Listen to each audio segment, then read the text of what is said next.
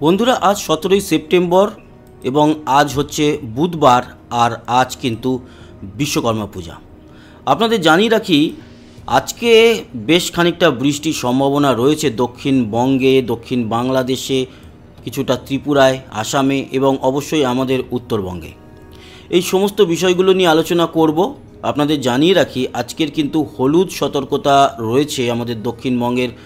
কলকাতাতে সেরকম নেই, কিন্তু কলকাতা ছাড়া বাকি হাওড়া, হুগলি, 24 পরগনা, জয়নগর, মজিলপুর সহ হলদিবাড়ি, গঙ্গাসাগর, পূর্ব পশ্চিম মেদিনীপুর, তার মধ্যে দীঘা কাথিত রয়েছে, ঝাড়গ্রাম, বাঁকুড়া, বর্ধমান এবং বীরভূম, এই সমস্ত জায়গায় হলুদ সতর্কতা এবং নদিয়া জুড়ে রয়েছে কমলা সতর্কতা।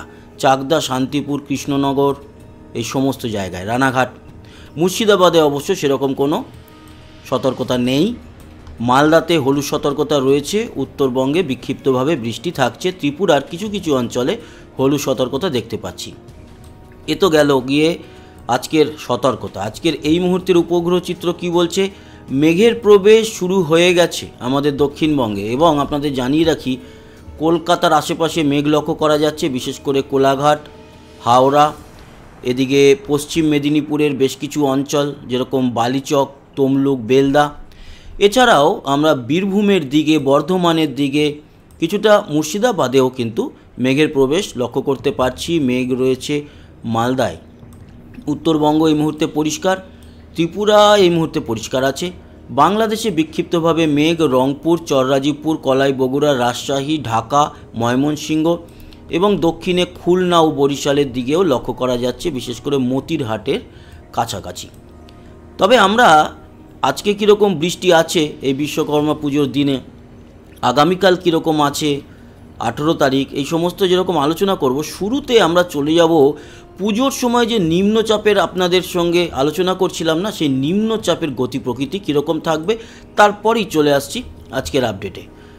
28 তারিখে যদি যাই, দেখুন ভারী থেকে অতি ভারী নিম্নচাপ তৈরি হচ্ছে এবং তার সঙ্গে ঝড়, এটি বঙ্গোপসাগরে অবস্থান করবে। 29 তারিখ নাগাদ এই নিম্নচাপ আরও ভারী আকার ধারণ করবে এবং তার সঙ্গে অবশ্যই সমুদ্রে যারা মৎস্যজীবী তাদের তো নিষেধাজ্ঞা থাকবেই, কারণ এই ঝড়ের গতিবেগ কিন্তু নর্মালি আমরা দেখতে পাচ্ছি 61-62 কিলোমিটার গতিবেগে।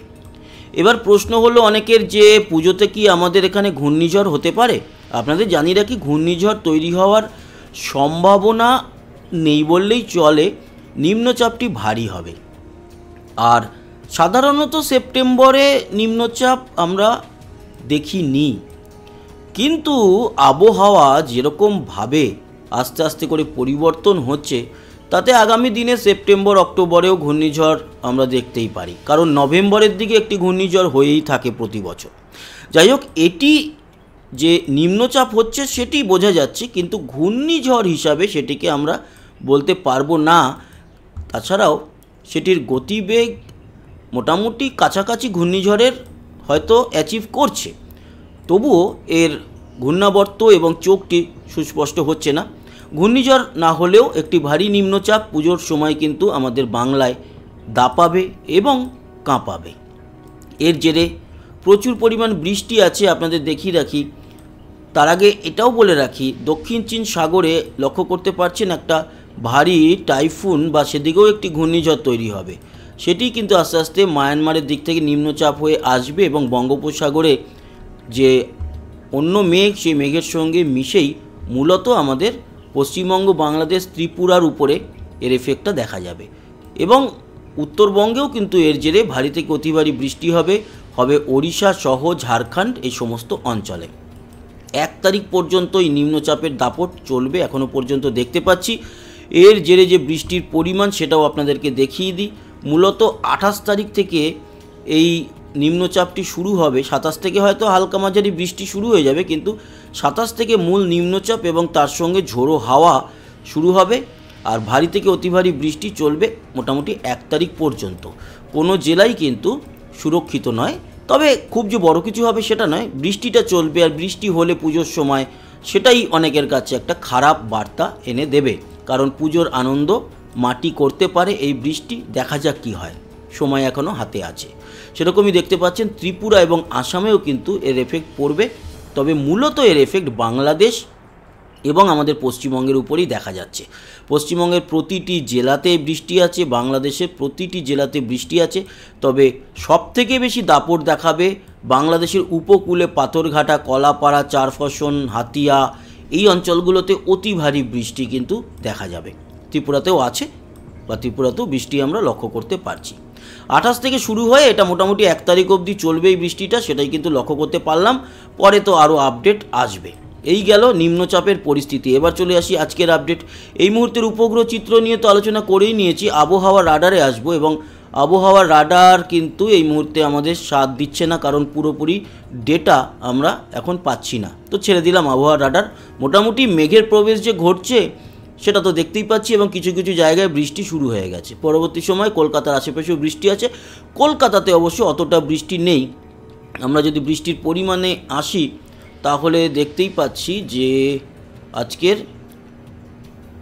কলকাতাতে আছে, একেবারে নেই তা না, আছে বিকেল সন্ধ্যের দিকে হালকা মাঝারি। কলকাতা, হাওড়া, হুগলি, নদিয়া, এছাড়া 2 24 পরগনা, 2 মেদিনীপুর, বর্ধমানে বৃষ্টি আছে। বীরভূমে বৃষ্টির পরিমাণটা সব থেকে বেশি। এছাড়া দুর্গাপুর, আসানসোলেও বৃষ্টি আছে, পুরুলিয়া, বাঁকুড়াতেও আছে, তবে অল্প। আর যেরকমটা দেখছিলাম মুর্শিদাবাদে কিন্তু বৃষ্টির পরিমাণ কম, আর নদিয়াতেও বৃষ্টি থাকছে।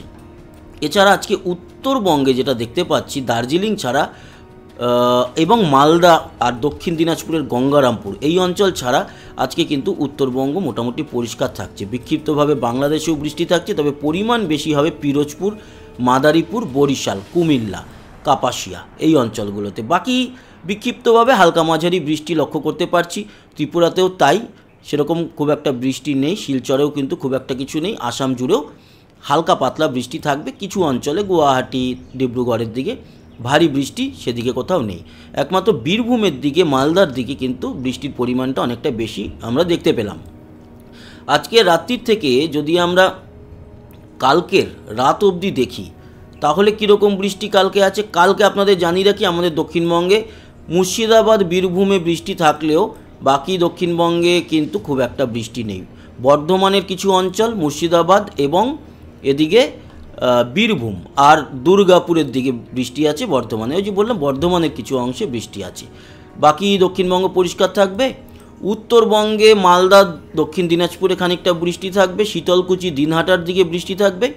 তবে বাংলাদেশে ভালোই বৃষ্টি আছে, বিশেষ করে উত্তরে রংপুর, তারপরে দিনাজপুর, এদিকে জলঢাকা, লালমনিরহাট, চিলমারি, পীরগঞ্জ, চররাজীবপুর, শিবগঞ্জ, কলাই, বগুড়া, আদমদিঘি, নন্দীগ্রাম, তারাস, সিরাজগঞ্জ, সিংড়া, রাজশাহী, ময়মনসিংহ, সরিষাবাড়ি, বাগমারা, বিশ্বম্বরপুর, সিলেট, মৌলভীবাজার এই অঞ্চলগুলোতে বৃষ্টিটা মোটামুটি ভালো থাকবে। আর এদিকে শৈলকুপা, যশোরের দিকে খানিকটা বৃষ্টি, মেহেরপুরের দিকে খানিকটা বৃষ্টি দেখা যাবে।